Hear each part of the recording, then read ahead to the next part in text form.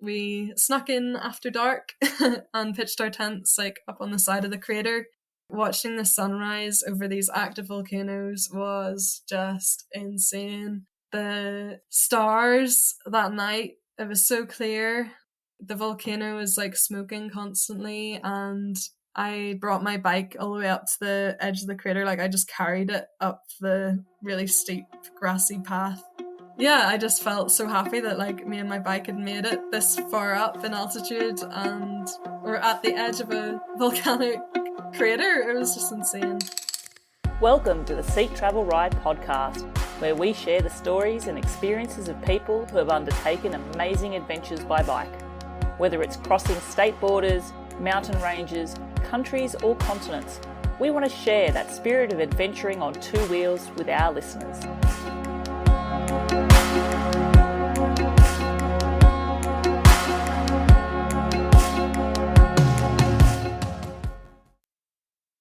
Hello, I'm your host Bella Malloy, and for this episode of Seek Travel Ride, I'm super excited to introduce my guest, Jessie Brown.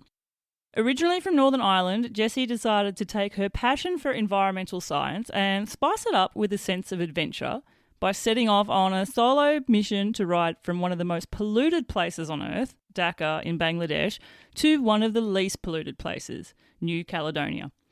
Along for the ride were two air pollution sensors, which she would use to take readings from all along the journey.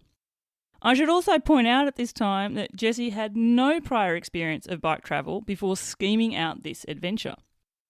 Now, as with many people who set off to tour across long distances, sometimes plans need to change, and this was certainly the case for Jessie from the outset, when she realised that the idea of cycling through the busy city of Dhaka didn't quite meet up with the expectations of actually doing it. Combine this with the conflict in Myanmar and she needed to look at a different route option. But determined, she made the choice to continue and headed to Bangkok, where she would purchase a second-hand bicycle and set out on her journey. All up, Jessie cycled over 6,000 kilometres across Southeast Asia, gathering data, overcoming challenges and having some pretty unforgettable experiences all along the way. From navigating bustling cities and remote roads to discovering what air pollution really looks like on the ground, her adventure is packed with some incredible insights, and I'm definitely looking forward to getting into the details of those with her today. Jessie Brown, welcome to the show. Thank you so much. I'm so excited to chat with you, Bella. I'm super chuffed, Jessie. Can I just say I love hearing the Northern Irish accent. Special shout out to my husband's family who comes from Northern Ireland. I don't hear it enough, so Yeah. You'd be so surprised how many people say that to me. I just love the Northern Irish accent, and to us it's just like it's not a nice accent, but it must be to everyone else.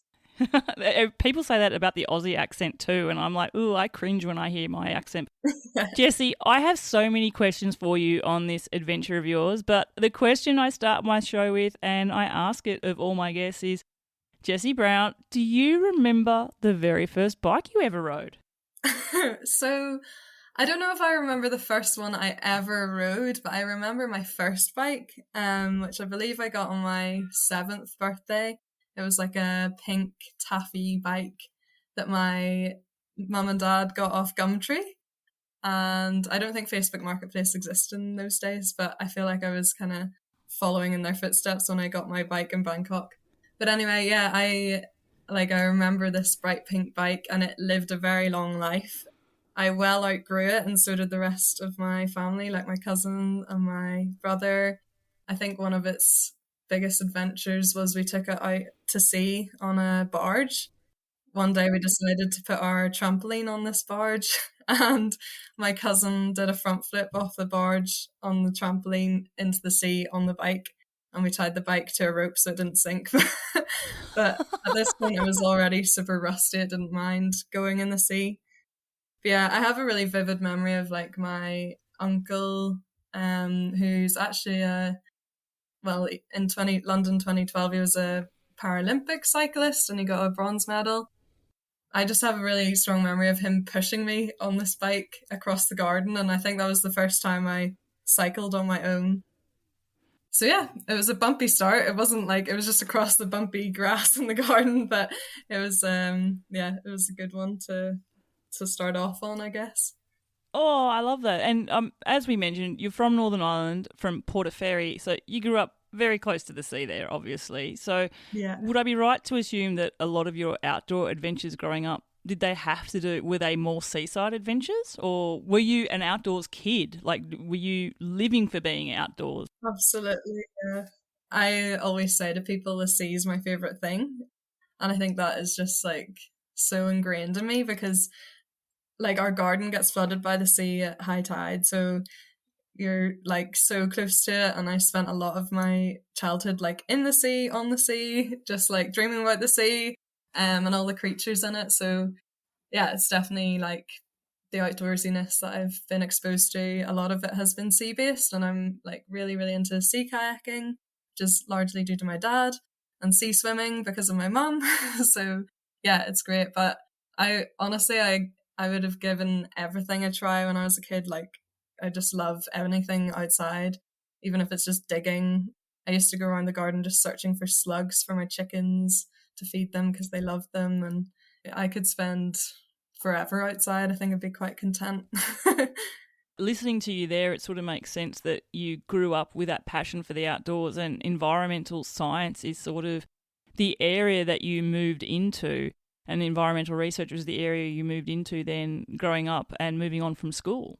Yeah, no, definitely. And like I really struggled to decide what to do at university, and I'd done quite a lot of work experience and volunteering with marine biology and that kind of side of things, but I didn't want to narrow my like kind of view. I realized that there was so much to learn about all the different environments, so I chose to do geography with innovation at university, which was great and definitely like a kind of made my direction of career more obvious to me. I still don't fully know, but studying oceanography and glaciology and all these different things has definitely made me even more passionate about the environment and what I can possibly do to try and help it in any way I can. Yeah. You took this adventure, and there's such a huge environmental science research aspect linked to it.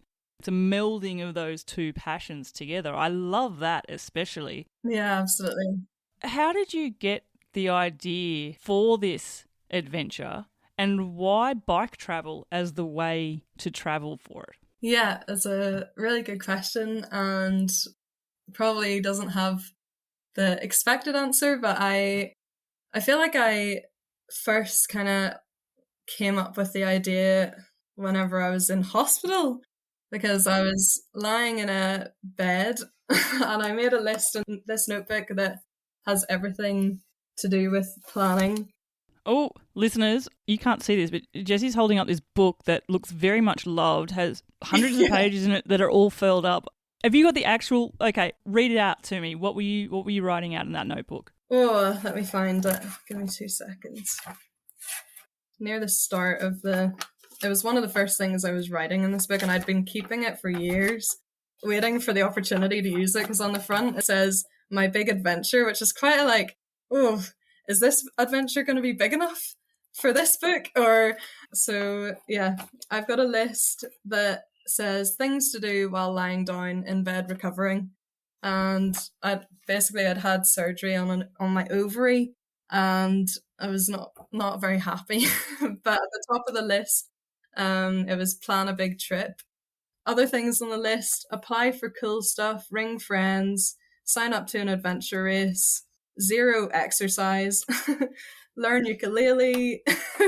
There's like so many things on that list, but the one thing I did do was plan a big adventure. And then the next page is like a mind map. One of them is kayak around Ireland, which I would love to do one day, but not just yet. Citizen science, visit all of the marine nature reserves in the world. Yeah, there's a lot of things here. It's like kayak down the most polluted rivers or the cleanest rivers. And then one of them is travel from the most polluted country to the least polluted country without creating or contributing to further air pollution, which definitely wasn't achieved, but I tried my best. And yeah, that's kind of where it started. But the the reason for bike packing is it's just such a good way of traveling. But I guess one thing that really highlighted how good cycling would be for traveling was in the summer of 2020. So, big COVID year, not much traveling overseas. Me and one of my best friends, Nina, decided to walk the North Coast 500 in Scotland. Oh, mega. Yeah, it's basically like 500 miles around the most northern part of Scotland. And we decided to walk and wild camp the whole thing. And it was for a charity that Nina's family set up in memory of her sister called the Teapot Trust. And yeah, they were really struggling for raising funds during COVID. So we were like, cool, we'll do something that's a good challenge, but also we can like learn a lot from as well. So anyway, tangent, but we were walking and wild camping for like too long, like over a month or two. I can't even remember now how long it was, but quite often on days we were walking on the road, you'd get cyclists cycling past with these big panniers on the back. And sometimes we'd get a high five from them. We had on Nina's backpack, we'd written in big writing, like walking 500 miles. And we realized one day that they could cover in an hour what we were covering a day. That thought at that moment in time was like, this is awful. Like, why are we walking? It's like, we could cycle this in a week. We're like walking. Yeah, I think that was definitely like a moment where I was like, okay, cycling must just be a really good way to travel. And I did cycle quite a lot. I've done a few triathlons and I always cycled everywhere at uni just to get places, even to nightclubs. And then I'd cycle home afterwards. That'd be an adventure in itself. Yeah, it sure was. But yeah, I just kind of thought it's a pretty reliable way to travel. It's easy enough to get bicycles in most places. So, but originally, honestly, I thought if I was going to do this, I should try not to use any engines. And I think if I'd had more time, if I'd had more money, and just a little bit more experience, I feel like it would be possible. But for this trip, the first kind of big one, it definitely needed to be more of like a learning trip as well. Yeah, I just decided cycling was the best. Like I thought I could like cycle the land bits, walk some of the bits that I couldn't cycle, kayak across the like I was thinking of kayaking from Singapore to Sumatra at one point, and Dad was like, there's still like pirates there and stuff, and it's the biggest like shipping lane, like. But yeah, it's not quite the idyllic island hopping trip that you might have in mind, is it?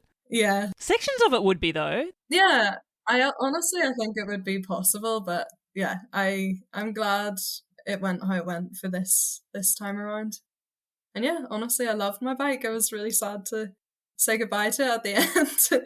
Mr. Reese. Yeah, Mr. Reese. Why is it called Mr. Reese? It's named after the guy I bought it off when I got to Bangkok. So I just found this guy, his Facebook name was just Mr. Reese. He didn't speak any English. And I used Google Translate to contact him about buying this bicycle off him. And then walked and met him in a random park in Bangkok that was full of these water monitor lizards and women dancing with swords, and it was all very strange. Yeah, I just like met up with him, used Google Translate to communicate. There was a bit of a problem with the gears, they just weren't working, and so I asked if he could sell it a little bit cheaper, and it was like 4,000 baht I paid for it in the end, which is about £80, €100. Yeah, then I got it fixed for like €6, so it was good. A good deal for the bicycle that carried me over 6,000 kilometers. Wow, I love that, and I love the idea that you set off for an adventure like this and you didn't even have the bike to do it until you were there.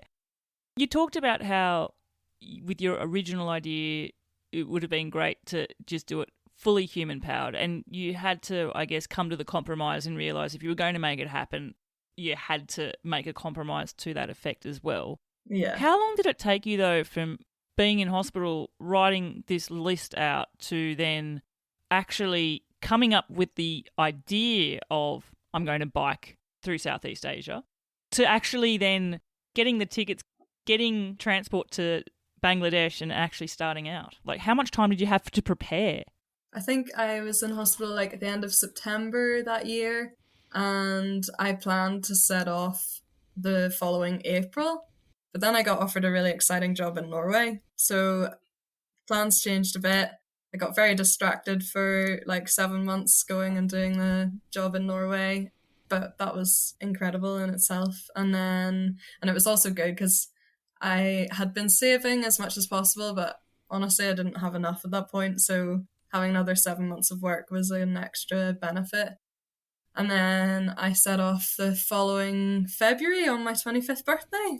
So I had longer than I thought I had to plan, but I didn't really make the most of that time. I left it all to the last minute. Life happens to us all. Yeah. Did you do any, like, even short bike travel trips before that? Like, did you actually have a bike to ride to maybe see what it would be like to put some luggage on even before this trip happened? Or you were totally green? Yeah, I mean, as I said, like I'd done a fair amount of cycling, and in COVID, I tried to cycle 100 kilometers one day just because there wasn't much else to do. But nothing with any luggage, really. Like I might have carried some snacks and some water, but yeah, I hadn't done anything with panniers before that. Yeah. It was- You obviously did this journey. It didn't put you off doing it, not having experience. But I want to know what you were thinking about leading up to it, what you were nervous/excited about for a journey like this. Yeah. Well, like Bangladesh was going to be the start of it all. And although I didn't cycle there, it was still like a really key part of the trip. And it was also kind of throwing myself in at the deep end. It was definitely the country I was most. People have their own perceptions of countries, and I hadn't been there before, so you're listening to all these perceptions and what you read online, and just like it's quite hard to find all the right information, and not many people have cycled there before, and a lot of people are just like, oh, you can't cycle in Bangladesh, it's way too dangerous, or you can't go to Bangladesh as a solo female. Like I even had someone say to me, if you want to go there, like you can't go there unless you cut off all your hair and dye it black. Because I have long blonde hair, and like this was like a family friend whose opinion I completely respect. They've done a lot of traveling, and so I was just like, geez, I'm going to this place that's like really dangerous. And so honestly, a lot of my like pre-trip kind of mental preparation was focused on Bangladesh. I was kind of like, when I get to Bangkok and get a bike, I'll figure that out when I get there. And yeah, I knew that, like, I knew other people my age who had traveled in Thailand, so it was kind of like, once I get there, like, things will be relatively easy, but I just need to, like, go to Bangladesh first and explore it, meet people, survive it, and yeah, learn as much as I can. So yeah, that was kind of the pre-trip mental like preparation, was very heavily focused on Bangladesh, and the rest I would just figure out once I got there. Which I don't think is a bad attitude to take. Yeah. The hardest thing to do for an adventure is to actually make the decision that you're going to do it, and then to actually take the steps and start doing it. Mm-hmm. I know it's cliche, but the idea that you'll work things out as you need to, it does actually happen. Yeah, honestly, I'm really glad I approached it that way, because I was trying to apply for like funding or like expedition grants, and in the end I was like, maybe it's good if I can do this one self-funded without all of that, just to kind of have something to prove myself with.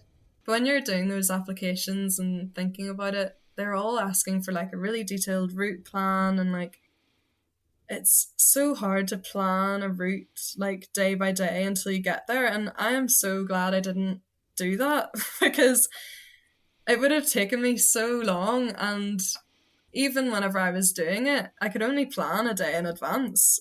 I was really glad that I just kind of went and was like, I'll figure it out as I go along. I did research as much as I could, but I think I've heard you say to other people, like in other podcasts, like it's hard to know what you don't know. So you can type in the title or the name of the country and read what comes up, but you don't know if it's relevant to you until you get there. It was a big learning just as I go, and I'm glad I had that approach to the whole thing. Yeah, learn by doing type of experience. Mm-hmm. I only know, I've interviewed a few guests who've gone through Bangladesh, but I've only ever spoken about Bangladesh specifically, I think, in 2 episodes. One was with guest Scott Sharrock. Hi, Scott. And he had an interesting time in Bangladesh. I think he didn't have very long in the country, he had a short visa, and his time in Bangladesh involved quite a lot of police escorts cycling him from place to place. Yeah. And the other one is actually fellow Northern Irishman, Jess, Wow. David McCourt. Hi, David, who's in Melbourne. He rode from his place in Melbourne, his home in Melbourne, to his home village, Cushendall, in Northern Ireland. Amazing.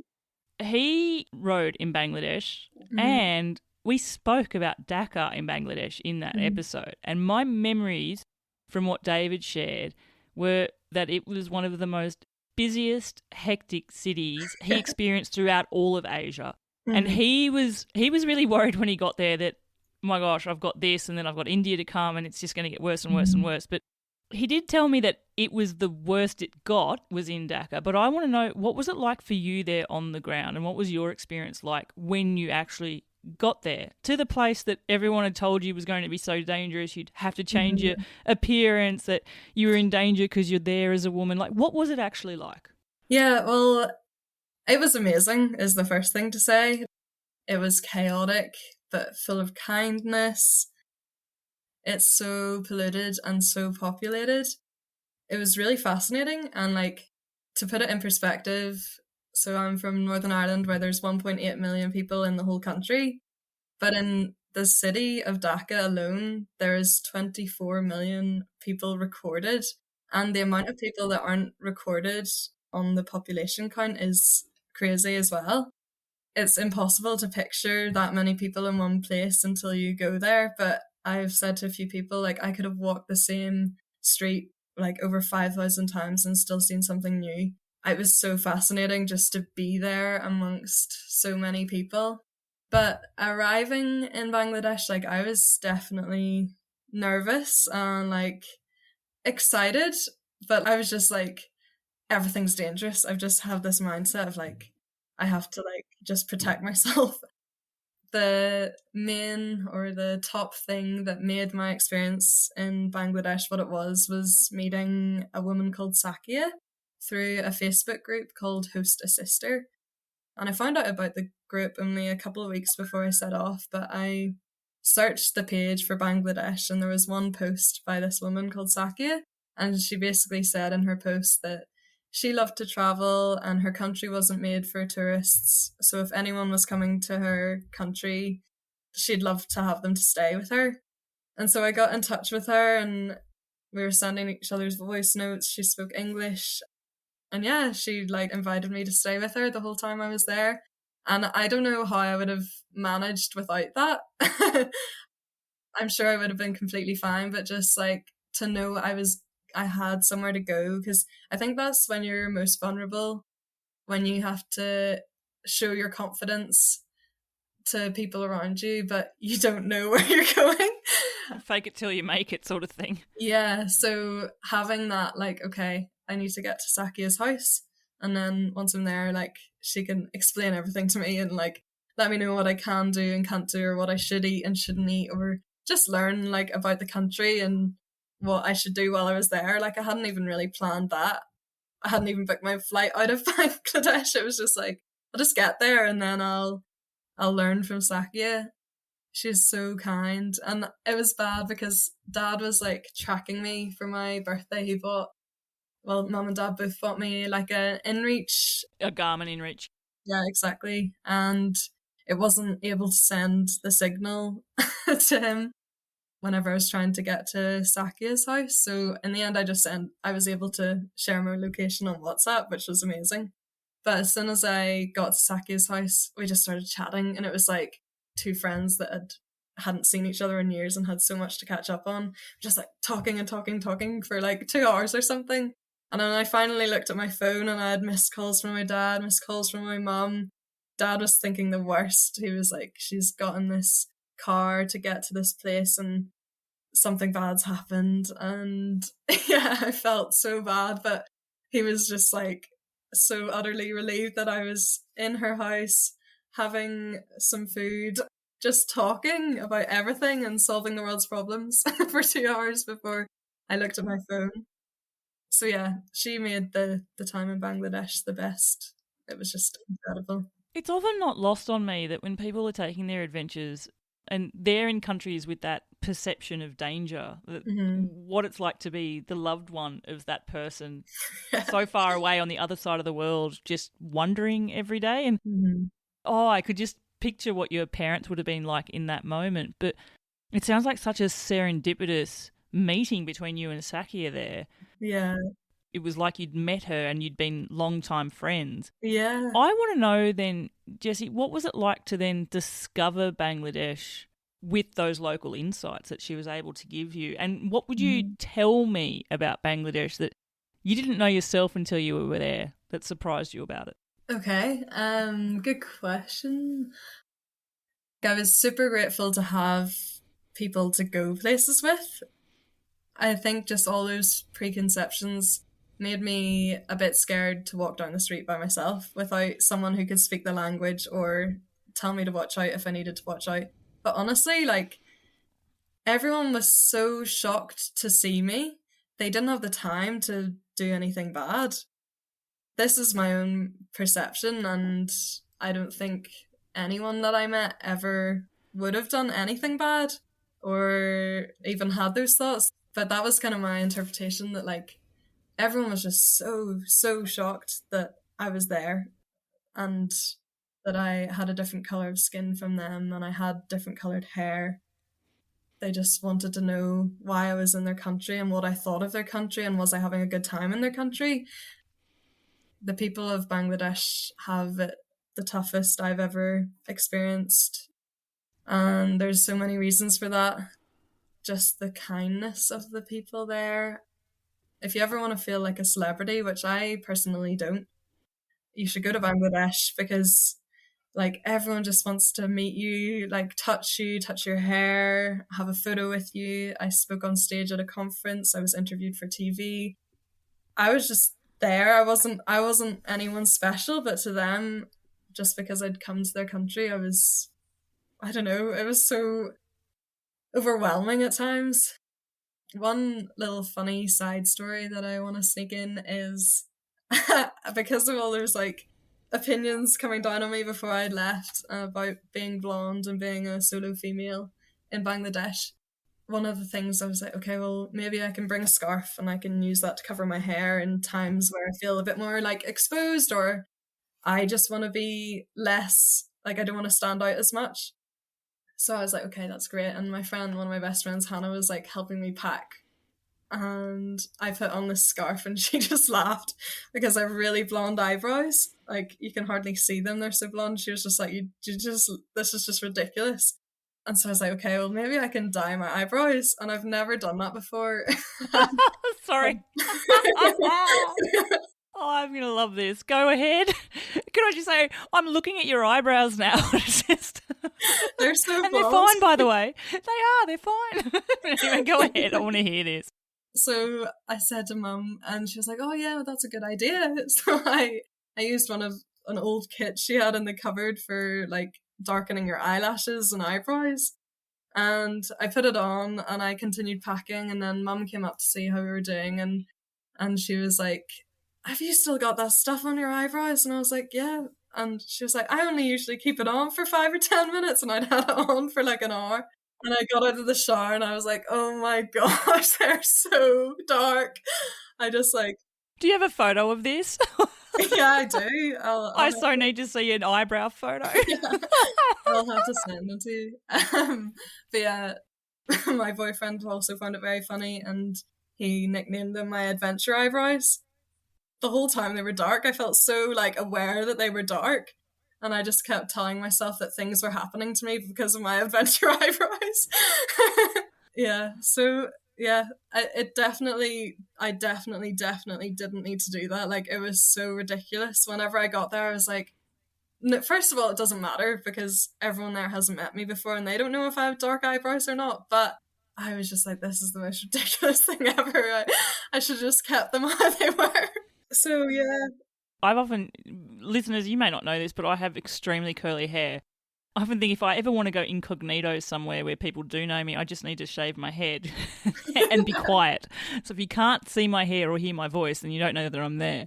But I'm just picturing those dark eyebrows. I think that's hilarious. Yeah. What about the food in Bangladesh? I always love talking about food. And I want to know, like, Bangladesh, I'm picturing it as maybe, you know, pseudo type of Indian curry food. Like, is it really hot food? It's a very hot climate. So what's the food like there? As a Northern Irish person, what's it like to taste it too? Yeah.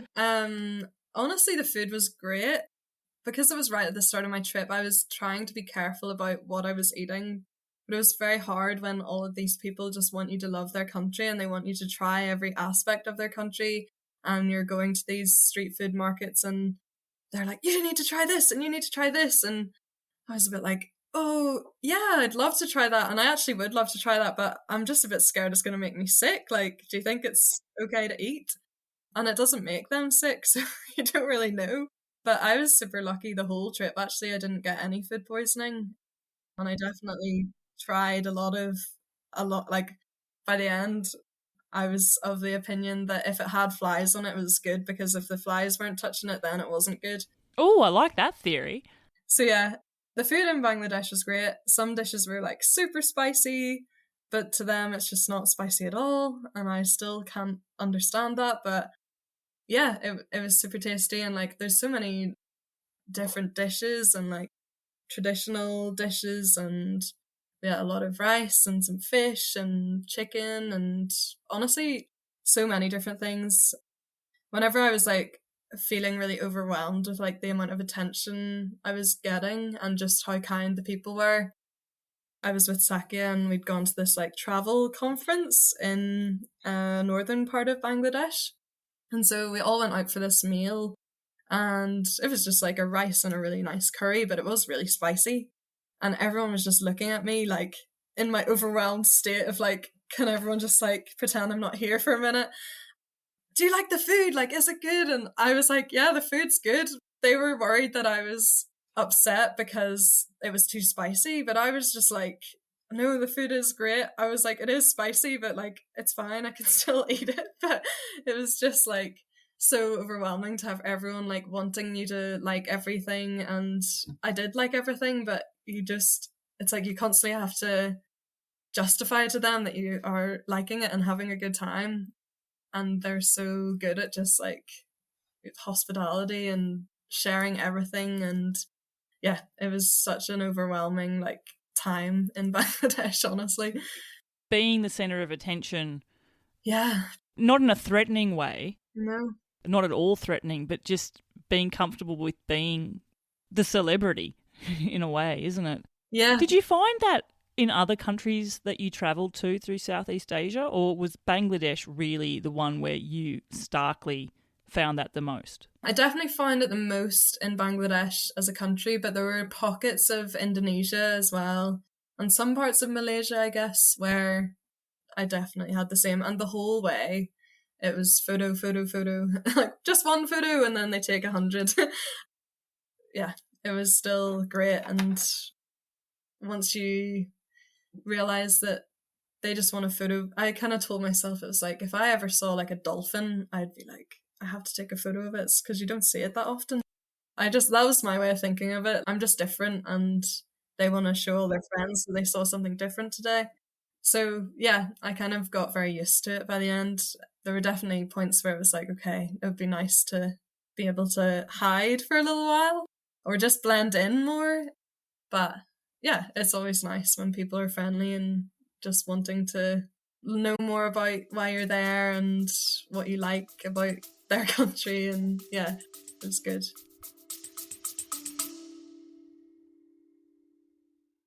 Listeners, if you're wondering how to carry your gear on a bike adventure, how you're going to strap it all on, and whether you've got a gravel bike, a mountain bike, or even a fat bike, look no further than Old Man Mountain Racks. These rugged, versatile racks attach to just about any bike, making them the perfect companion for all your bikepacking or touring dreams. And here's the best part. If you go to our own link, which is oldmanmountain.com/seek travel ride, you're not just getting the right gear for your next adventure, but you're also helping to support this podcast. That's right, hitting that link lets Old Man Mountain know that you heard about them through the show, and it means they continue to support me to produce these episodes for you. So head to oldmanmountain.com/seek travel ride. I've also included the link in the show notes to make it nice and easy for you. Hit the link and let them know that you heard about them right here on the best bike travel podcast out there. Thank you for supporting the brands that support the podcast. Were you able to sort of educate them a little bit about the purpose behind your trip? The environmental research aspect underpinned your adventure here, and you're travelling to the most polluted place on Earth. Is that for air pollution or pollution full stop, by the way? Air pollution, yeah. So were you able to talk to them about this side of your journey and have their insights from what it's like to live in this place? Yeah, I was pretty careful about it, especially in Bangladesh, because it's already a country that people don't want to visit. And I think that should change because it's an amazing country and there's so much to learn from them. And all of the pollution that's there isn't just from the people of Bangladesh. It's like the whole of the UK exports its clothing industry emissions to places like Bangladesh, and the pharmaceutical waste from places like Bangladesh or India and China where they don't have environmental regulations. All of our medicines are produced in places like that so that we don't have the damage on our environment back home. And so it was hard to bring up in Bangladesh. I did with like the people like Sakia, who I became more friendly with and could tell them that this was why I was there, just to understand their kind of view on it as well. As I got further on my journey, you don't want to be like, yeah, I'm here because this is the most polluted place in the world. No, I was thinking, like, how harsh is that? Exactly. Yeah, but it definitely got easier throughout the trip. And just depending on like language barriers or like the amount of time you could spend with a person to kind of get to that level of conversation. But yeah, I definitely tried to kind of understand what their awareness of it was and if it was affecting them. And like in Dhaka, in all of Bangladesh, you can feel it.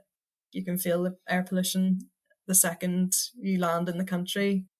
You can see it in the air. You can feel it on your hair at the end of the day. It's just, yeah, it's pretty crazy. There is a lot of respiratory illnesses that are just because of the bad air pollution there. I couldn't imagine what it would be like to be living in that type of environment day to day with that type of air pollution. I've been very fortunate where I live. Air pollution isn't something that we really ever even consider. And the only time in my life where I've had to before was I was in Australia. I was living in Canberra. This is before moving to Europe. And it was 2019, end of 2019, and we had major bushfires in Australia, which felt like the whole country was burning at one stage. It was just horrific, the amount of destruction that occurred during that bushfire season. And where I live is not by the coast, but there is an eastern sea breeze that comes from the coast, and like clockwork, around 5 p.m. every afternoon, it would blow all of the bushfire smoke into Canberra. And this all culminated with more fires coming closer and closer to the region. To over that New Year period, over 2019-2020, Canberra was the most polluted place in the world. And all of us became overnight air quality experts. We were downloading air quality, I think it's API apps or stuff like that, and measuring indexes, and it was ridiculously off the scale. Yeah. But that was just a short period of time where we all felt the impact of it. And I just can't imagine what it would be like living and breathing those levels of air pollution day after day. Yeah. And I also felt that as someone who was only there for a short amount of time. But there's two things I wanted to say, like, related to that is, like, humans are survivors, built into us to survive in whatever environment we're in.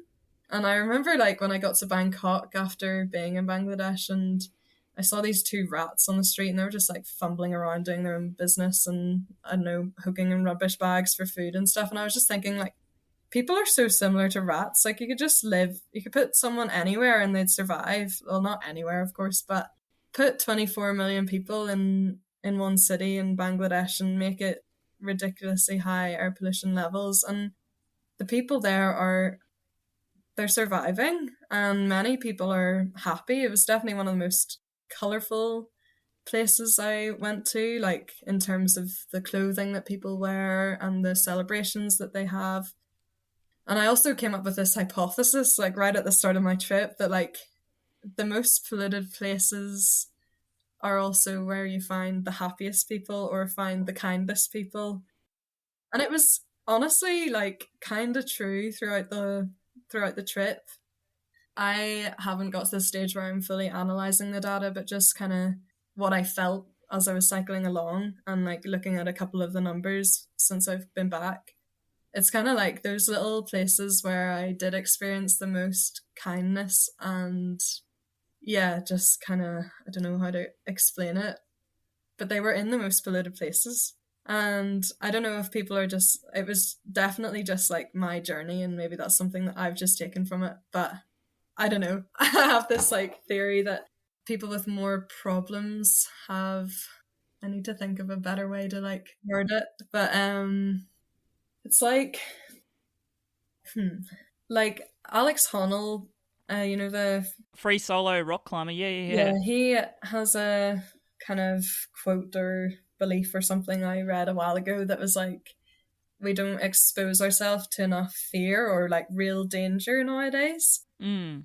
It just causes us to worry about other things, like have anxiety about like simple things. Like he used the example of someone in an airport being like really stressed out that they've got to catch this flight, when in reality they're surrounded by like food places and like a roof and it's all very comfy and like they can charge their phone and there's like all these things but they're still really stressed. Whereas then you look at people who like struggle to have a meal every day, clean air to breathe, a good place to live, they're kind of happy. They've got each other and they've got all these celebrations and they've got all these colorful clothes. And I maybe experienced it more because I was visiting them, and so it's like exciting to have a visitor and all of these things. So there's many things that influence it, but it was just something that I really took away from it. I was like, I'm just gonna have this hypothesis like the most polluted places will be the happiest people. It's a surprising insight to take away from it. Yeah, absolutely. Yeah. And it doesn't have any data to back it up yet, but it was just something I really like kind of felt along the way. And that's not to say that the people in the less polluted places weren't happy and weren't kind. They were as well, but I just felt more of it in the more polluted places. I wonder if it's got something to do with community, and so in those more polluted places, there's more crowding. There needs to be more community and solidarity to get by, perhaps. Mm-hmm. This is my own theory, and this is a theory from interviewing, over 110 guests now who've yep. gone right around the world, and it's the message that I seem to get back with the most. Mm-hmm. I want to move you to the bike side of this journey, and I want to take you to, we understand how you got Mr. Reese. Mm-hmm. Can I ask initially, the decision not to start riding from Dhaka, did you take that decision before you even got there, or was that something that you realised when you got there, this is not going to be possible? Yeah, in the end I took it before I got there. I was going to wait until I got there and kind of sussed out the country, but it was just too many, I don't know, I needed to have been there first before I could say, okay, I can cycle through here, because all of the things I've been told or read or whatever definitely made me feel like it wasn't going to be safe enough to. And I'd say it would be possible, but it would be dangerous simply because the roads are bad and the bus drivers drive like lunatics. There's not really any road rules, which is kind of fine and kind of fun, but I took a night bus when I was in Bangladesh, and it's kind of scary. Weaving in and out of the traffic and like crossing over onto the oncoming lane for like 2 kilometers, just kind of dodging the cars that are coming towards you. It's kind of like one of those games that you play. Music blaring. as loud as possible. And like the bus driver did hit a motorcyclist at one point, and he was fine, but his motorcycle wasn't. There was a lot of things to be kind of aware of and a bit just, I don't know. I think it would have been fine. I think I could have done it, but I would have needed to choose the route pretty carefully to avoid any kind of main highway, or maybe if I'd had a mountain bike, I could have found some cross country routes. I wonder how you would have gone if you had done this in reverse, Mm-hmm. because I imagine there's also an element of extra confidence gained from day after day after day of cycling and touring and having that exposure as well. And not to say that you would have taken the decision to ride there. I think some of your concerns sound very, valid as well. Mm-hmm. And I know that people have ridden there. I'm not saying they've ridden there without being concerned, though. Yeah. So, Yeah. but yeah, I mean, we'll never know, will we? Yeah. And at one point, like when I was planning to set off that April after I first had the idea, I actually was looking at going the other way around because it worked better with the trade winds if I was going to be sailing from New Caledonia to Australia and then Australia across to Indonesia. And yeah, it was dad as well, kind of, because there was so many unknowns about Bangladesh, and he was like, well, why don't you just do it the other way around if you feel like it'll be better to kind of get into the flow of it before you get there? And in the end, like, because the timings of things changed, then it didn't really matter as much. And I just thought it's a nicer story if you're going like from the most polluted place to the least polluted place and like feeling that difference. And yeah, I wanted to start in Bangladesh, and so I just went back to that. And I think if I had done it the other way around, I would have had a very different experience in Bangladesh, and I would have eaten everything, and I would have like wandered down the street on my own, and I wouldn't have felt so like self-conscious that people were staring at me, and I maybe even would have cycled there. But I'm glad I did it the way I did it in the end. Yeah, I looked at other ways around, like Myanmar, because of the conflict there. I looked at cycling to a place called Chennai in India and trying to hitchhike on a ship or something, but just couldn't find enough information about it. And as like the first time bikepacking, I had no idea what other challenges there would be. I reckoned it would probably add like 2 or 3 months just to get to Chennai, like it's going the opposite direction than I needed to go.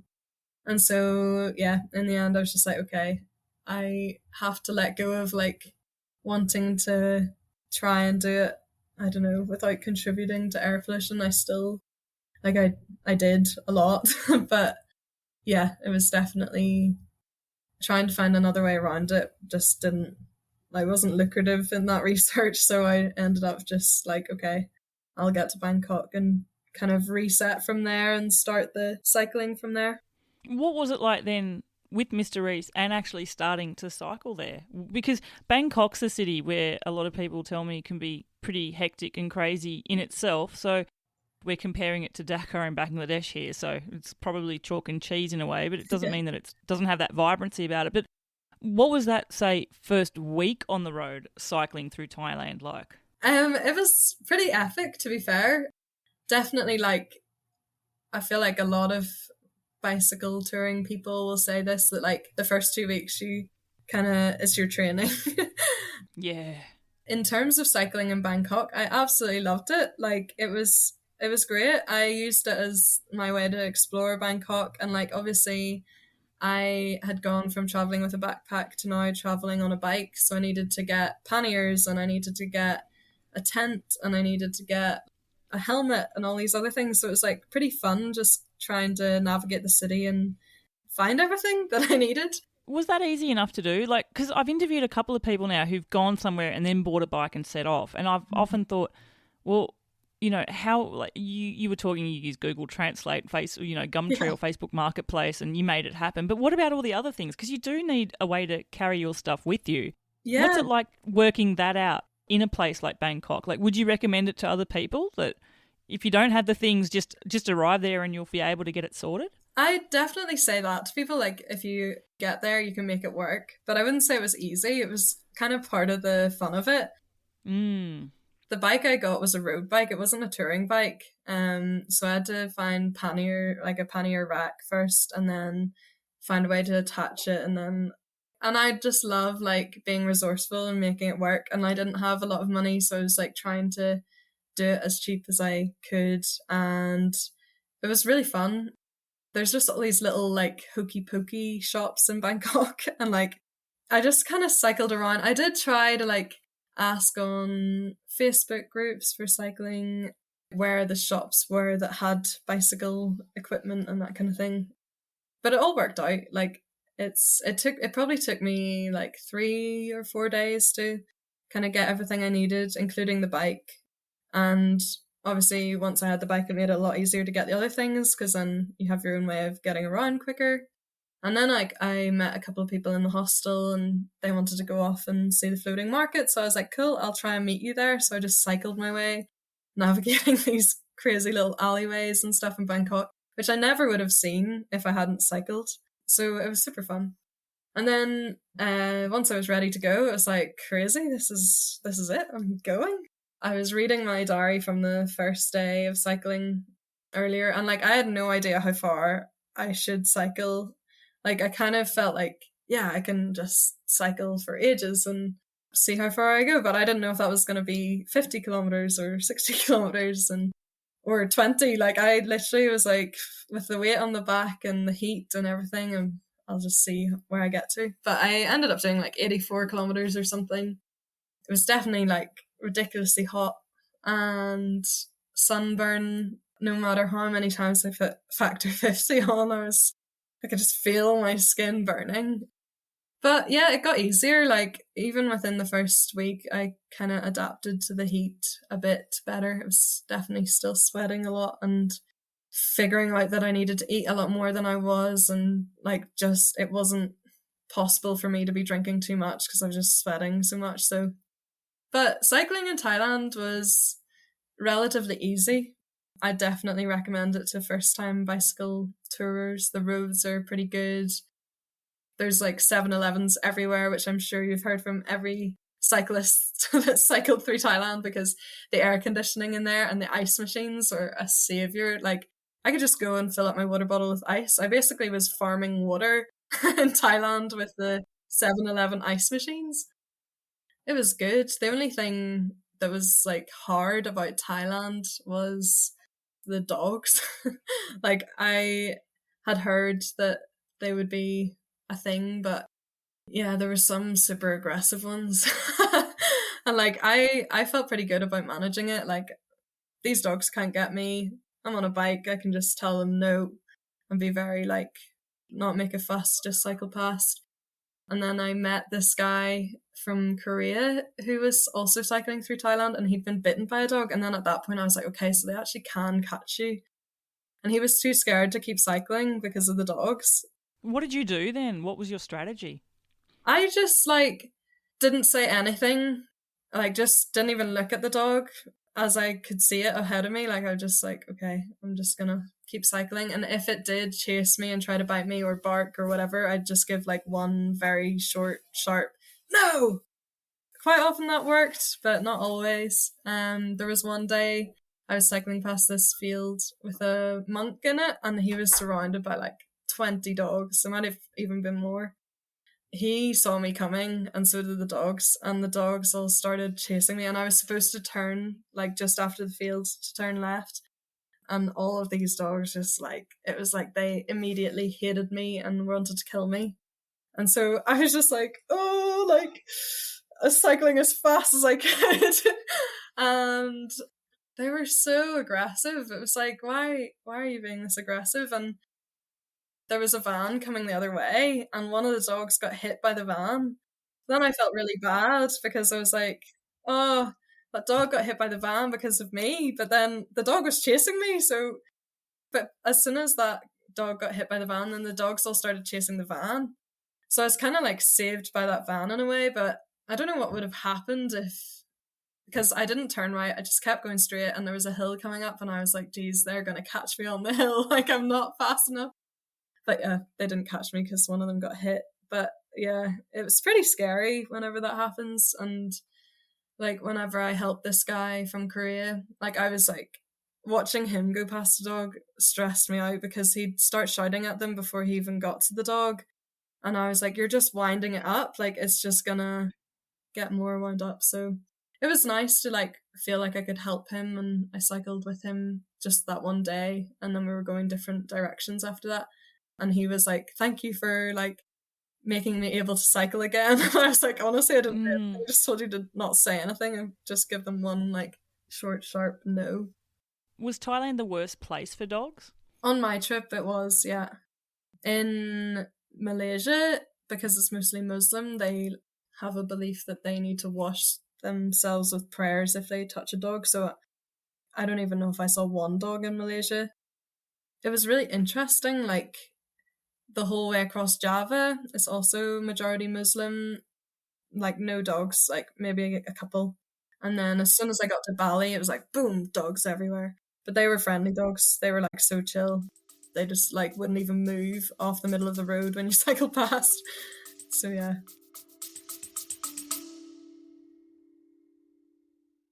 Listeners, are you ready to take your cycling adventures to the next level? Well, at the end of June this year, I'm inviting you to join me in the stunning foothills of the Pyrenees for an unforgettable bikepacking tour. Over 6 nights, that's 5 riding days, we're going to be exploring incredible landscapes, riding through small French villages, and experiencing the rich culture and history of this amazing region. But don't worry, you don't need to carry heavy gear or figure it all out on your own. This is a lightweight bikepacking adventure. Just think purely saddlebags and handlebar rolls. It's perfect for those curious to try bikepacking for the first time or wanting to ride with other like-minded adventurers. You're going to have the support of 2 ride leaders. FYI, one of them's going to be me. You'll be in comfortable hotel stays each and every night, enjoying delicious food all along the way. Spaces are limited because I don't want to dilute your experience as being part of a huge group of people. So don't miss your chance to join our immersive cycling experience. To sign up for this tour, head to seektravelride.com and secure your spot. I cannot wait to ride with you in France. I'm stupendously excited for this tour. Come and join me. The one thing I've learnt from interviewing so many bike travellers is there doesn't seem to be one way to deal with dogs that's 100% effective in all circumstances. And Yeah. there'll be people who say, get off the bike, don't say anything, be really calm, be slow, and then they'll stop. There'll be people who say you've got to sprint. There'll be people who say you've got to shout at them. There'll be people who say you've got to pretend you're throwing stuff at them. Nothing seems to work. I have been told that apparently a quick squirt of water from your water bottle will tail them off, but if you've got 20 of them chasing you. I know. Yeah. There was another dog that like was definitely like gaining on me. Like I thought I'd outrun him, and I turned around and he was catching up with me, and I was just like, it kind of gives you like this spur of like, I've just got to go really fast. It kind of just, I just told myself, the dogs are just making me get the day done faster. It's fine. But yeah, definitely it was a challenge at some points. What was it like travelling through Southeast Asia as a solo woman then? I know that you had parts of your trip where you met up with other bike travellers, but for those times where you weren't, you know, you had all these preconceptions and fears put on you by others doing this journey before you set off, but actually being there, what on balance was it like for you? And I want to hear, you know, both ends of the spectrum here, if that's applicable as well, because I don't think it's right that it's necessarily awesome all the time. And I'd like to know what it was like for you. Yeah. Honestly, on the bike, especially at the start, like I just had this feeling of like I was invincible. Like nothing could catch me, especially when I outran the dogs. I was like, yeah, like I can do this and it's fine. And I really felt so much safer the whole time than I thought I would. I kind of, yeah, I just had this feeling that there was a chance that things could happen, but yeah, they rarely did. And whenever, I think I definitely did have times when it was hard, but overall, like I would say there's no reason for women to do it on their own, like if they want to. Like I think if you want it enough, you have the right air about you and the right confidence that you can kind of show people that you know what you're doing, you don't need their help. You can, and when you do, you can take it. Like, it definitely, people view you as more vulnerable and are kind of more open to helping you, I think, as a solo female, which is good. But yeah, I definitely had a few times where being a solo female was not like, was, I don't know, not a disadvantage, but just like attracted the wrong attention. And like, I'm also a really smiley person, and I think maybe sometimes that was interpreted wrong. Really hard to tell. There was, I'd say in Malaysia, I had the most kind of challenges with being a solo female, just because I had a lot of men following me on motorcycles, and most of the time I was actually fine with it. There was only a few times when I went too far, or I just got a bad kind of sense. I feel like you're pretty good with your gut instincts. Like, you know when someone's trouble and when someone's just was like, whoa, there's a woman cycling on her own on a bike and she's got blonde hair, and like, I've never seen this before. And then there's others that have, I don't know, maybe other motives. There was one guy who had schizophrenia, and he just wouldn't leave me alone like the whole day. It was just really exhausting, and like, he spoke really good English. He was just so intense, and like, I was already a bit like, whoa, this guy is kind of making me feel uncomfortable, like right at the start. But then I spoke to this other guy who knew him, and he was like, oh, he's crazy and he takes medicine. The guy told me himself that he takes all this medicine. He was like, I'm crazy. And he like wanted to guide me to the next place I was going. And I was like, no, like, I'm fine. I'm just going to go myself. And I didn't want to tell him where I was going, but like, oh, it's just like so hard to shake someone off. And it was so hilly and so hot, and I was starting to feel like more and more kind of panicked by the fact that this guy was following me, and he kept changing his hat. Like, one minute he'd have like a red cap on, and then he'd put this other hat on, and then at one point he put on this like black balaclava with a skeleton face on it, and it was terrifying. And once that happened, I was like, okay, I'm gonna tell Dad, like, even though Dad's really far away and he can't do anything, but just keep him in the loop that this guy is like following me.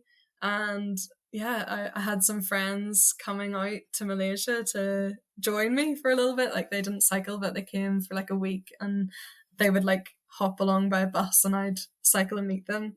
And I was meeting them like the following day, and I was like, I just need to get to them. Like, I just need to get there. And eventually I stopped at this man selling bananas and just sat there until he got bored. But like, he like tried to get me to steal a drink from this banana man, and it was just like, no, like, leave me alone. I'm fine, I can do this by myself now, like, you need to go. And eventually he left, but, and I waited a while there until I was sure he was gone. But he found me again when I got to the town I was planning to stay in that night. And yeah, it was just like, okay, now I need to try and shake him off again. And I just told him, I was like, I don't need your help, just go away.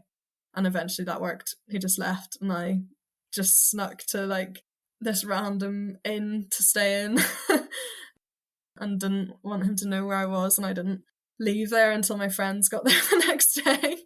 Yeah, and got yourself out of the situation. You got to do what you've got to do to keep yourself feel, I guess, safe is the right word to use. Sad that that situation happened, and it's one of those things too, isn't it? Because it's sort of, it's so random for that as well. Like, it's a very unique situation attached to a specific person. It's not sort of, I don't feel like it's your experience through Malaysia as a whole.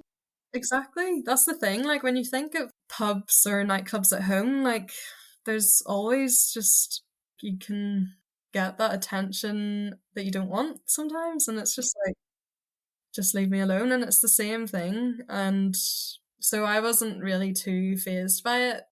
I know you interviewed Laura Willerton a while ago. She and I cycled together at the start of my time in Indonesia. We met in Singapore and took the ferry to Jakarta together, which was amazing. Like, it was so nice to have another person. But she'd also had bad experiences, and one in Malaysia that I remember we spoke about that actually on the show. And hello, Laura, Yeah. you're awesome. Yeah, I could kind of like relate to her, but I was happy that I hadn't stopped cycling because it happened like a number of times, and there was other times when it was worse, and yeah, I was just kind of like, well, this can happen anywhere, and I'm still gonna keep going. Whereas Laura had stopped and like wanted someone to cycle with to keep going, and it was just really nice to like do it together for a bit and kind of give her a confidence boost. It was such an amazing like time to see her, even in those 4 or 5 days of cycling. Like even just the speed she was going at, like it was crazy the difference. Like from the first day to the last day, it was amazing just seeing someone regain their confidence on the bike. Oh, that's so awesome to hear as well. Yeah, and I know that Laura's continued to take on Yeah, adventures, which is yeah, fantastic. absolutely. That's also one of the cool serendipitous parts of this type of bike travel is fast friendships that you make with other people Yeah, that you meet who are also on their own adventures. I feel like in some ways that happens more if you're traveling on your own, and maybe even more if you're traveling alone as a female. But I'm only a female, so I don't know how it is the other way around. Yeah. I think you open yourself up to more interactions if you're Mhm. solo than say in a couple. It's funny, like my bike travel experience has always been with my husband. He's my best friend and I love traveling Mhm. with him. And we get some interactions from people, but overwhelmingly, I think if people see you as a group of two, they probably think you've got stuff figured out and you're not as approachable, I don't think. So I think you're right there in that idea. Absolutely. And my boyfriend Jack came and joined me. He was out for like a month, and we maybe like 3 weeks of the cycling. And during that time, the amount of interactions I had with locals was so much less. Like it wasn't like we were trying to not have interactions with locals, but yeah, I was really like, okay, you definitely get invited to people's homes a lot more. People are looking out for you when you're on your own more. I want to ask you about Indonesia because that's a country that you spent many months touring through, and I imagine you've had many amazing experiences there. What would you tell me about your time traveling through Indonesia? Oh my gosh, I don't know where to start. It's like a part of my trip that was like, yeah, just I loved Indonesia. When I kind of finished the trip, I was like, whoa, I've been cycling through Indonesia for like 3 months now. Like, that is a long time. And like, I could speak quite a bit, well, not quite a bit, but some Indonesian. I could have like really good interactions with the locals. And it's every island was like its own little country, its own little culture. I really noticed that, which was just really interesting and like really amazing. Kept things super interesting. And yeah, honestly, I find it so hard to know where to start with Indonesia. Like, so much happened there. The first 4 or 5 days was with Laura, and we'd taken this ferry that was like a day and a half. That and like all the ferries, that in itself is just an experience. We had this deadline to get her to her ferry, so we were like smashing out 100, 120 kilometer days. Laura hadn't done loads of before. We were definitely pushing like the multiple big days in a row. It was great to have someone there for the first bit and like trying the food together and trying to pick up bits of the language together. Yeah, as I said, just like seeing Laura like gain her confidence back. Like I got her to draw a drawing in my, well, just do something in my book after, and she's drawn like a map, and like it's just like a cartoon of all the different things that happened along the way. Oh Like my gosh, that's so cool. Listeners, you seeing can't see this, but I can. It's awesome. Oh, I can see yeah, it was pizza like as well. yeah. It's like seeing a man walking down the street just with a t-shirt on, ferry together, just like staying in random places. And yeah, but she like wrote in it, thanks for riding these kilometers with me. It's been a blast. You give me power I didn't know I had. And it like really set me up for Indonesia. I was like feeling really like inspired. I can do this. And Java is huge. It took like 3 weeks to cycle across Java in total. And I wasn't expecting it. Obviously, didn't really know much about Indonesia at all, but I think Java is definitely one of my favorite parts. especially the remote parts, because it was kind of similar to Bangladesh in that like you were cycling past people who were running out of this onto the street just to see you. And like bule is like a slang for like foreigner in Indonesia. And for the first part in Java, I had no idea what everyone was shouting at me, but they're all just like bule, bule, bule as I cycled past, and I was like, I don't know what you're saying. And then I realized they were just like making sure everyone that was within ear's reach knew that there was a foreigner cycling past. Yeah, Indonesia was super special. There was one time I was camping on a beach, and it was beside this turtle sanctuary, and I'd seen it on Google Maps, but I wasn't going there specifically to see it. I just, I'll try and camp on that beach. And then I arrived there, and there was this man, and he didn't speak any English, and he like unlocked the gates and took me in to see these turtles. And I was like, wow. And I'd worked at a seal sanctuary at home, and it was just kind of interesting to see their setup for like a sea animal sanctuary, and like showed me the turtles that were recovering there and that they were going to re-release. And then they had this like hatchery where they had loads of eggs, and all of this was just like show and tell, like no words spoken, but it was just amazing. After that I was like, cool, I'm just gonna go to sleep. And I cooked some food and then went for a little dip in the sea, and then I was woken up the next morning at like 5 a.m. by this man's voice shouting, Mister, Mister, Mister, Mister. And I was like, hello? And he was like, Mister. And I was like, hello? And he was like, you want to see turtle lay eggs? And I was like, oh my goodness. I was a bit scared, like just this man outside my tent. And I was like, I don't really know if I want to get out of the tent. Like, what if he's like, it's still dark outside, and like I wasn't wearing anything because it's way too hot to wear anything when you're sleeping in a tent. So I was like trying to like put on some clothes and get out of the tent. It was just this wee man, and he was so excited, and he was like, oh, sorry, I thought you were Mister. and him and this guy that had opened up the sanctuary the night before took me on this walk along the beach, and I was like, this is so weird, but like we're gonna see a turtle lay eggs. Yeah, they basically had like found this turtle track from during the night, and it had laid its eggs on the beach, and they were going to collect the eggs so that they could make sure they hatch safely and then re-release them, because on that beach they don't have a high chance of survival naturally. So they started like digging in the sand, and I really didn't expect turtle eggs to feel how they feel, but they're like squishy ping pong balls. Oh, wow. I was actually trying to figure out how big they were as well. Like, are they teeny tiny? Yeah, they're pretty small. They're pretty round and very white. But it's not like it doesn't feel like a hard boiled egg. It's like this kind of papery shell, and if you like pushed hard on it, you could just put your thumb through it. Like, it was kind of scary. They were just like digging them out with their hands, and I was like handling these things really carefully. But like there was 125 eggs. Wow. And I just couldn't believe it. Hang on, is this from one turtle? Yeah, from one turtle and one From night. one turtle. Wow. Yeah. So that was super magical. And then we watched the sunrise, and then like we went and put them all in the hatchery, and I was like packing up my things and trying to take down my tent, and all these school kids were arriving, and it must have been some kind of educational day, but honestly there was like 100, 200 young kids there, like all I'd say under the age of 8, right down to some that were only just walking. The communication wasn't easy, so like I don't understand why they were all there that day, if it was just like by chance or like if they'd summoned them all. But yeah, they had like all these kids running around, and every single one of them and their mum wanted a photo with me. It was like so surreal. Instant celebrity once again, right?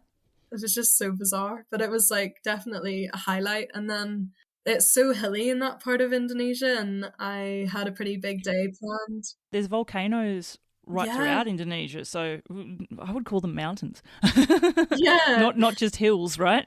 Yeah, absolutely. But though I think it was that day, it was actually like such a hard day on the bike, and I was like, I definitely had a day of like missing home a bit and just like whoa, this is like so hard and this hill is never ending. Almost too steep to push my bike up. But I was like spurred on by like people just like coming out to see me and like take photos with me and try their best English to ask where I was going and why I was there. And I was picking up more and more Indonesian. And I had this really like overwhelming sense of like, I'm really proud of myself. And I never really felt that before, but I was so like, whoa, I'm doing this and I'm doing it on my own and it's amazing. It's also really hard. I can like wring out my top. It's so full of sweat. And this hill better end soon. I spent most of that day going uphill. I just couldn't believe that the hill was still going. And it wasn't just like up, up, up. It was like up, down, up, down, up, down, up, down. But the downs were so short and the ups were so long. And then I got to the highest point and the hill, it was like 700 meters down, but it was so steep that like I just couldn't cycle down it. And I didn't get the reward of like going down this big hill. I feel you. As a cautious descender, I feel you. Did you have to walk your bike down? Like, yeah. And even that, like even holding both brakes in and walking my bike down the hill, like my bike was still trying to do a front wheelie. I was like, how do people... I watched a motorcyclist go up it and I was like, you're just going to tip over backwards. It's so steep. But yeah, that like Java was just mind blowing really. And like the volcanoes as well. Like, yeah, there was definitely like one day that stands out of trying to cycle up a volcano. And the rest of Indonesia, like all of it just has like, there's so much to tell. I could talk for hours about it, but I want you actually. I mean, I could just sneakily say I always ask people to tell me about one day of their trip, and cycling up a very steep volcano all day long in Java could be one of your days, but I want to be selfish and ask you for another one. And you can choose Indonesia, you can choose any country you want. What day would you tell me about? I'll tell you about the volcano day. I mean, there's so many I could talk about, but I feel like this is a good one because it's kind of like a full story. Has some good and some bad. Everyone in Indonesia, almost especially the men, had been so unbelievably kind and friendly. I don't know, just like so unintimidating in Indonesia. That was definitely like one thing I loved about Java, that like I really felt safe and I didn't feel intimidated. There weren't men following me that often, and if they were, they'd be too shy and just like as soon as I looked at them they'd go the other way. But on this day I decided I was going to cycle up a volcano, and it was like over, I was like 2,000 meters of elevation. I was starting at sea level. It's huge. And it was over like 20 kilometers as well. Oh my gosh, it really is just straight up the side, isn't it? Yeah, it was like 20 kilometers to get to the start of the steep bit, and then another 20 kilometers that just took forever. But anyway, I was cycling out of this city and I just noticed that there was this guy following me on a motorcycle, and I was kind of like, cool, whatever.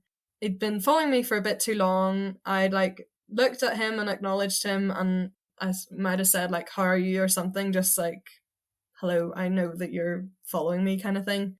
And then I stopped at a Alphamart to get my favorite drink, and also just to see if he would go away.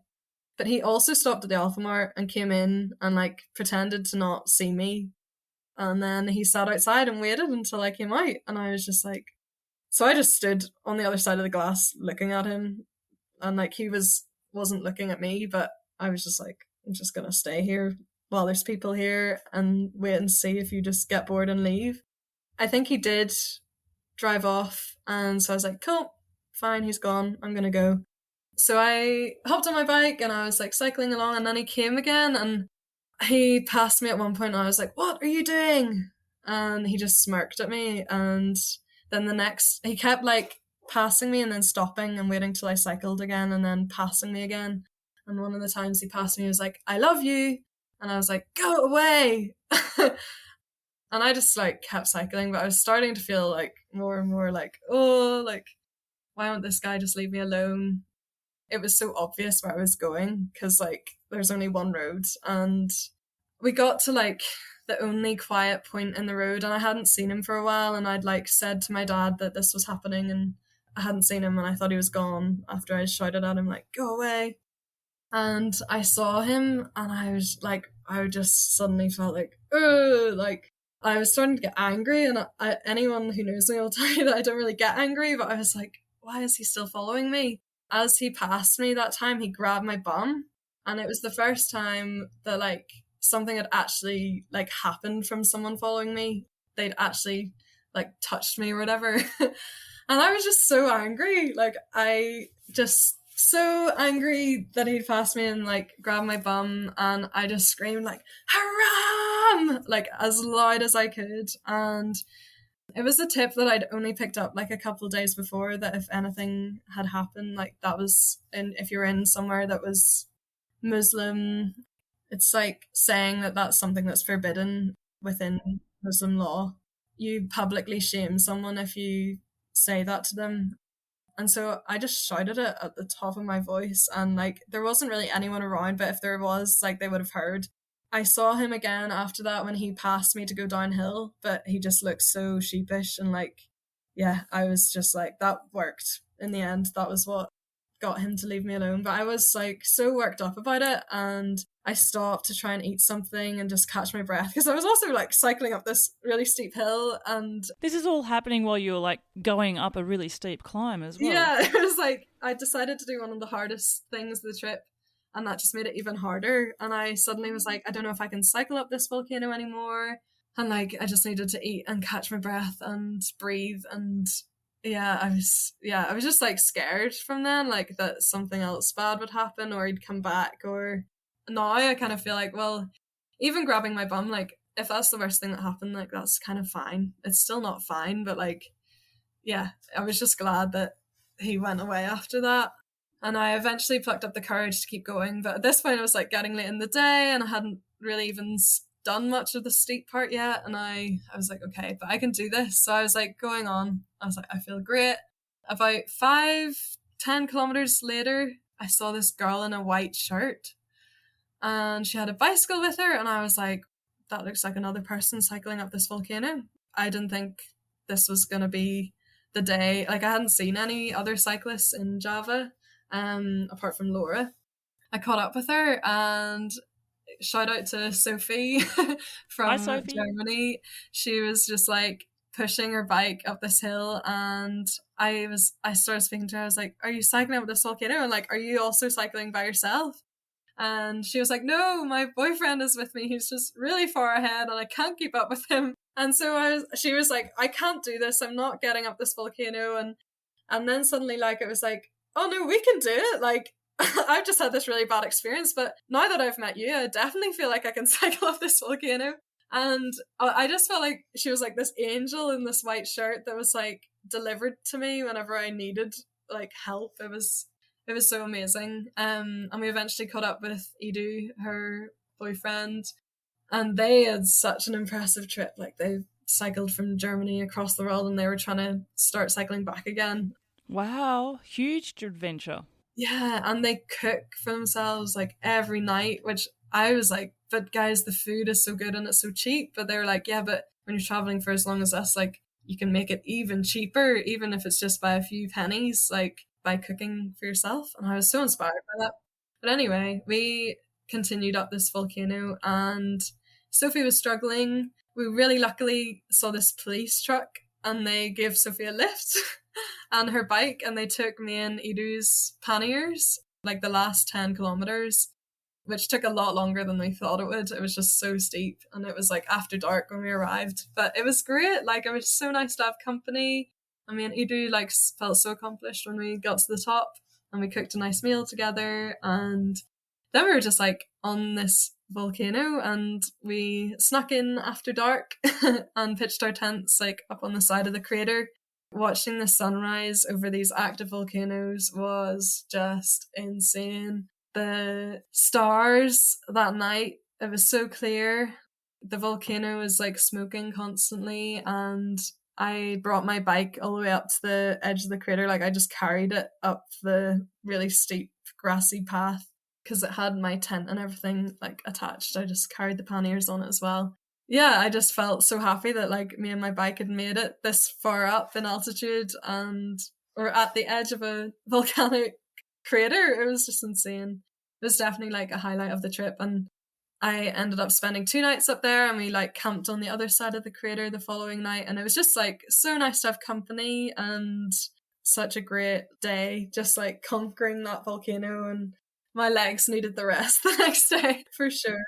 It's sort of like conquering that volcano, but conquering, circumstances, conquering emotions from energy to fear to anger to discouragement to self-confidence, helping another bike traveller out there. The day had everything, and then nature just gives you the biggest moment of awe on a plate. Like, how mega! It was insane. I've never like stood on the side of an active volcano before. It was crazy. I was so just shocked by that whole day. Like it was, yeah. And then the following days, like we spent up there, walked around and explored, like went right up to the edge of the volcano, and it was amazing. It was such a like high point of the whole trip. When we talk about your journey there, Jess, New Caledonia, the least polluted place in the world, that was where you had initially planned for your journey to finish, and then conflict breaks out in New Caledonia during your journey. Another unplanned event. So where did your journey end? And I also want to know, we haven't talked about it much, but you were taking air pollution readings all along the way. Mm-hmm. Looking back on all that detail of data, what have you, I guess, surmised about it all? So I didn't finish my journey in New Caledonia. I finished in a small place called Numbrala on the island of Roti in Indonesia. I just became aware that there was conflict in New Caledonia, but just kind of like, I was like, well, I'll see like if it's still gonna really impact me whenever I need to make that decision. I was like super happy to have had so much focus and drive for the whole trip, like an aim to get somewhere. Like it made me like push the distances I pushed each day. I had the air pollution side of things to focus on the whole time, which was great. I had these 2 air pollution sensors from Free Station, which I initially contacted because I wanted to build my own pollution sensor, and they just replied and said, your project sounds so exciting, like we'd be happy to loan 2 of them to you for your whole trip. And I was like, awesome, like that's amazing. They're associated with King's College London, and they build low-cost environmental sensors for researchers, so they do like loads of different things. So yeah, like I had those air pollution sensors going the whole time, and it was frustrating because I couldn't really see the data live as I was collecting it. When you look at it, it's not super user friendly. Like it's very simple. It just connects to the hotspot on your phone, turns on the fan, breathes in some of the air. It has a laser in there that is scattered by the particles in the air, and then it has a light sensor so it can measure the size of the particles and the amount of the particles. Provides like 3 different pollution measurements: PM1, PM2.5, and PM10, which are the main kind of categories of air pollution. I wish I could have been knowing exactly what the numbers were as I was cycling along, but now I've got this massive database of air pollution measurements, and I've just been like slowly, very, very slowly, like working towards analysing it, and it already looks so interesting. I just need to, it's such a large data set, I need to remind myself how to use like like computer software that can analyze it all for me, because, and like I can use coding because Excel just can't handle the size of the data at the minute. But yeah, it was just nice to know that I was collecting it the whole way, and like really gave me a purpose. And in terms of the end of my trip, I couldn't go to New Caledonia anymore.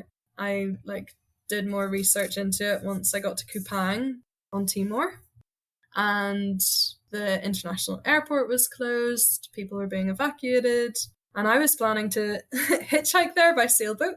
So no one was going to be sailing there. Yeah, it was a real kind of like decision point, and I felt really stuck in Kupang for a while because I'd gone from having like so much drive, so much direction, like go, go, go, go, go, go, go, to suddenly being like, okay, well, I'm not going there anymore. That's fine, but like, is there any way I can still try to get there? Should I just change direction and start going the other way? Should I look for somewhere else that's not as polluted? But one thing that I really was interested in was measuring air pollution at sea. Like, I was pretty fixed on the idea of hitchhiking to Australia by sailboat. And when I got to Kupang, I was like, just like cycling along the coast each day, like looking out for boats that were moored. I was looking on marine traffic, like tracking any sailing boats that were maybe going to stop in Kupang, and I could like go and ask them. And I met this really nice French couple and got chatting to them. Like, they were pretty happy to take me with them. They weren't going to Australia, and I was kind of like, okay, well, at this point, I'll go wherever you'll take me because I just want to measure air pollution at sea. In the end, they let me down. They were scared about paperwork, and like, they'd already like done their paperwork for leaving the port of Kupang, and I checked and checked and double checked that I didn't need any paperwork because I wasn't going out of Indonesia with them. But they just didn't trust it. They didn't trust the kind of like system because it's pretty corrupt, which is fair enough. It was disappointing because they kind of said that, yeah, I could go with them, and then suddenly they were like, no, you can't come with us.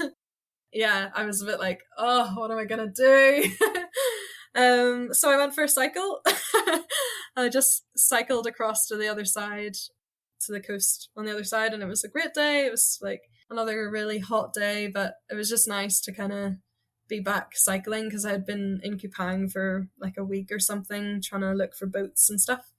I found this other boat that had like 6 musicians on it, and it was like a wreck of a ship. Like, it was this huge yacht, and I'd spoken to one of the guys that was getting off in Kupang because he'd hitchhiked with them from Australia, and he was just like, honestly, like, safety isn't high on their list. And but after the French couple said that I couldn't go with them, I was like, well, I'll just ask them. And they were like, honestly, it's already pretty crowded with all our instruments, and we've just like had the relief of someone getting off, so now we've got a bit more space, and we don't really know where we're going, and you could come with us, but prefer if you didn't, kind of thing. So I was like, okay, I'm not gonna push it anymore. And then I didn't want to get another ferry by myself. It's just a lot. And I was lucky to have Jack, my boyfriend, come. He flew back from Kupang, like, he stayed with me those 3 weeks of cycling and flew out of Kupang. And so, yeah, it was super nice to like have the attention shared between the two of us on that ferry from Flores to Kupang. So I was just like not prepared to do that on my own. But I did take a little shorter ferry. It was like 2 or 3 hours to Roti Island, and it was great. I met this woman called Putri, and she really took me under her wing. Like, she was just so excited that I was there, and maybe I would come to her house and meet her family. And I'd had a similar experience after trying to do a visa run in East Timor with a lovely, lovely, lovely family and a woman called Nancy who were super kind to me. So yeah, I was like really happy and cycled to their house and had dinner with them and stayed with them. And then I went to Nambrala, and it was kind of similar. I was just looking for people that would take me on their boat wherever they were going. And I did a couple of really nice day trips with really kind people who were there and stopped up to surf for a couple of months, but they still took me out on their boat for like a day trip, and I was able to measure air pollution at sea. And just like, honestly, I made some amazing friends in Umbrella. It was like such a conclusive like time, and felt like the real kind of end, and like I was running out of time. It was nearly time to go back to work. I'd like collected so much air pollution data. I was in this beautiful place with like really clean air.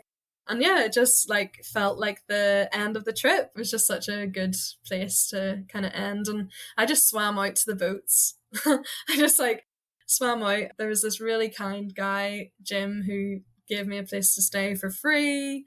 And he lent me a surfboard, and I like swam out to these boats that were way offshore. There was such a strong current. I was a bit like, what am I doing? And I like climbed aboard on these sailboats, like, hello, like, and then if there was someone there, I'd like get chatting to them and just say like, are you going anywhere soon? Can I come with you? they were so friendly and like just so accommodating. Got some really nice day sails in measured air pollution at sea, which made me happy. Then it was pretty much time to go home. Mega trip. And, you know, like you said there, it just felt like a natural, good conclusion there. And, it's going to be interesting to see what comes out of all your air pollution research as well. Mm-hmm. Jessie, if people want to see a little bit more into your adventures, what's the best way that they can find you there? So I have an Instagram for the expedition called jessies.expedition. And I'm still updating it because it was just too much to manage all of that while I was also trying to plan every day and survive. Yeah, I've just got in my Instagram, I've just got to Malaysia. So if you want to see it as I catch up, you can check that out there. Once I get the data kind of together and analysed, I'm going to try and publish it in some shape or form. But I'll just let you know about that at the time. I don't have any way of displaying that at the moment, but I hope that it's publicly available. And I'd really like to create like a map of just kind of like basically like a heat map, but for air pollution along the way. It'll be so interesting to see it all there. And listeners, I'll provide links to your account there, Jessie, and if along the time you have other links that I can do, I can always edit the show notes and put them in there as well. So we can see it for ourselves too, which would be awesome. Oh my gosh, Jessie, I have 3 quick questions. I ask them of all of my guests. The first one's music related. You're a guest now, which means you get to add a song to the Seek Travel Ride music playlist. It's available on Apple and Spotify. And I want to know, if you had to pick a song to be the soundtrack to your adventure, what song are you going to pick? This is so hard. I only ask hard questions. Yeah, I've been trying to think of it, and there's 2 that come to mind, which makes it more difficult. There's Guru, really, really meaningful song to me because it was one that Jack, my boyfriend, shared with me before I left, because it was a big thing that he was like, geez, you're going away and I'm not going to see you. And like, I didn't know that he was going to come and join for a bit of it. So yeah, he was like, this song just makes me think of you and your trip. So definitely that. And I listened to it a lot along the way. And another one is Go Solo by Tom Rosenthal. It's such a good song. It just kind of fills you with the energy to go on an adventure. Oh, I like that. And I like that it's the sort of energy that you need when you're doing a solo adventure as well. Yeah, it's a great song. Alrighty, next question. You're given a choice one day, Jessie, and you can go in one direction, and if you do that, the road is going to be forever bumpy, rough washboard corrugations. I don't mean there's any breaks in it. I mean you are going to be like bumping along. Yeah. Choose the other direction and you have to face a monumental headwind. Which one would you choose? Oh my gosh.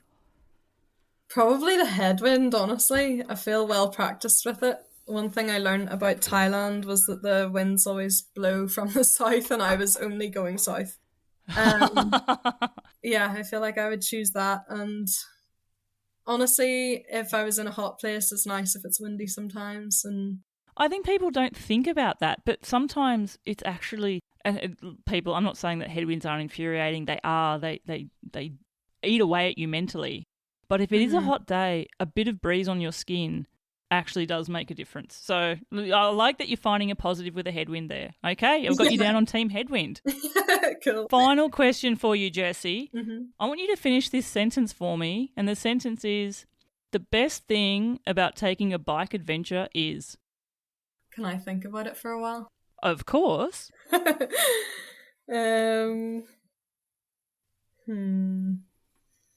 That's so hard. Don't know why it's so hard. The thing, like, it's so simple, but the thing I'm thinking of is the best thing about a bicycle touring adventure is the downhills after a mighty long uphill.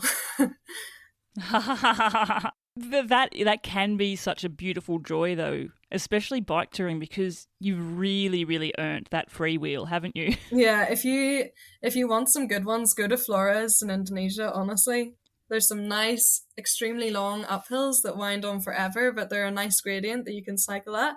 And the downhills are equally as long, and you just feel like you're flying through forests of bamboo and smiling at people along the way. And yeah, it's so nice. Oh, wow. What a visual picture you've just given me. I like that it's sort of lumpy country, but it's manageable uphills. I'm sure there's some steep ones too. Well, that sounds absolutely dreamy. Yeah, you can look at the map and you'll just see these crazy squiggles. Yeah, it's insane. It's so cool. Well, Jessie Brown, it has been an absolute pleasure. I've really enjoyed learning more about you, learning about your motivations to mix in environmental research with a zest for adventure as well. I love that you decided to take on this challenge, that you came up with the idea, but also what really came out when we were speaking with each other is just how you were comfortable with changing things up to deal with how you would be able to keep going day after day. And whether that was taking time out and understanding how this adventure would unfold for you in Bangladesh, spending time with locals, to, navigating those challenges of, having a bit of a creepy man follow you. Mm-hmm. I also really loved those interactions that you had with other bike travellers and how together you also spurred each other on with the confidence to keep discovering in this mode as well.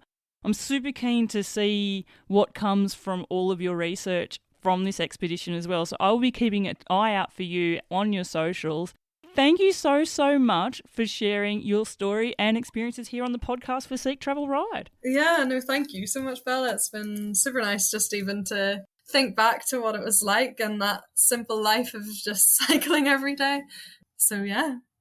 Well, listeners, I don't know about you, but I really enjoyed listening to Jessie's story there. I loved that she took on this bike adventure as her very first one, and especially the little parts of it that I've thought about myself. I've been told by so many guests that cycling through Southeast Asia is the best place to start if you're a true beginner for a bike tour. So it was really interesting to hear Jessie's story and her experiences there as a solo female, but also even the other little details as well, how the locals interact with you, to even turning up without a bike or any of the gear and figuring out that you can actually do all that in country and then get going again. I especially loved Jessie's interactions with fellow bike travellers and also how she embraced the idea of being able to combine her passion for environmental science and research with this adventure as well. It's going to be super interesting to see what comes out of all of that.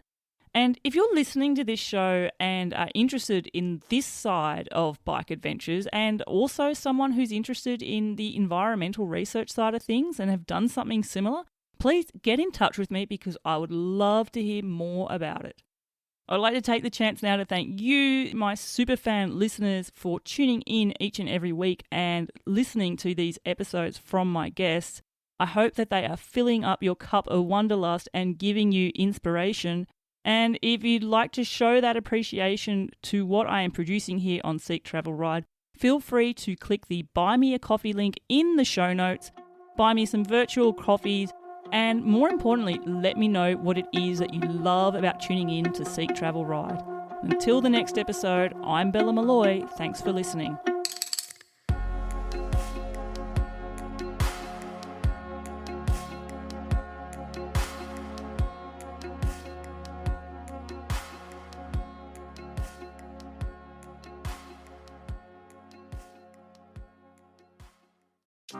I'm Rob Pope, and we are back for another season of How to Be Superhuman from Red Bull. And this time, things are getting wild. We're climbing up vertical rock faces, blind, trekking to the furthest reaches of our planet alone, and paragliding over the tallest mountains in the world. So subscribe and listen.